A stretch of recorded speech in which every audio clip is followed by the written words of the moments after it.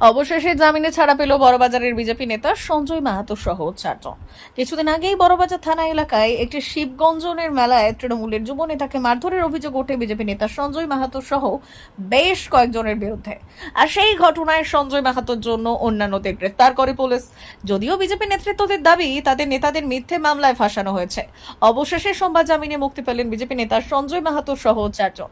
Jail থেকে বেরোনোর পরেই তাদের ফুলের মালা পরিয়ে অভিনন্দন জানান উপস্থিত অন্যান্য বিজেপি নেতৃত্ব ও কর্মীরা। উপস্থিত ছিলেন বান্দোয়ান মণ্ডল 2 নম্বরের সভাপতি জনার্দন সিং মোদক, এসটি মোর্চার রাজ্য কমিটির সদস্য লব সেন বাসকে, ওবিসি মোর্চার পশ্চিমবঙ্গ রাজ্য কমিটির সদস্য বৃন্দাবন মাহাতো সহ অন্যান্যরা।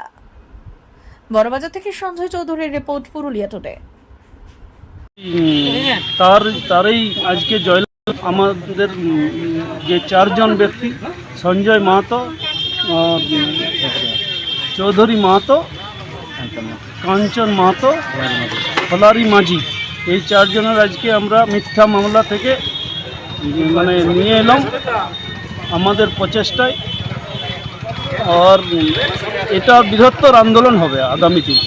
আগে ছিল, এখনও আছে, আগামী দিনও থাকবে। আজকে জেল থেকে ছাড়া পেলেন, কি বলবেন?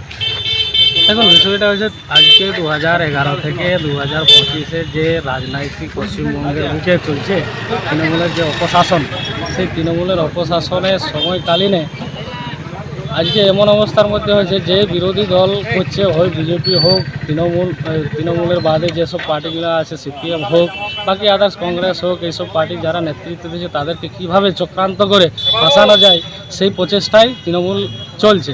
সেই ব্যাপারে আমাদেরকে ফাঁসানো হয়েছিল এবং ফাঁসানোর পর আজকে দীর্ঘদিন অপেক্ষার পর আমরা বেল পাই এবং বেল পাই আজকে আমরা বাড়ির পথে আসছি।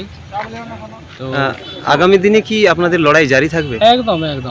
আর বিগত দিনও আমাদের লড়াই জারি ছিল তৃণমূলের বিরুদ্ধে, আগামী দিনেও আরও জোরদারভাবে আন্দোলন চলবে এবং লড়াই জারি থাকবে।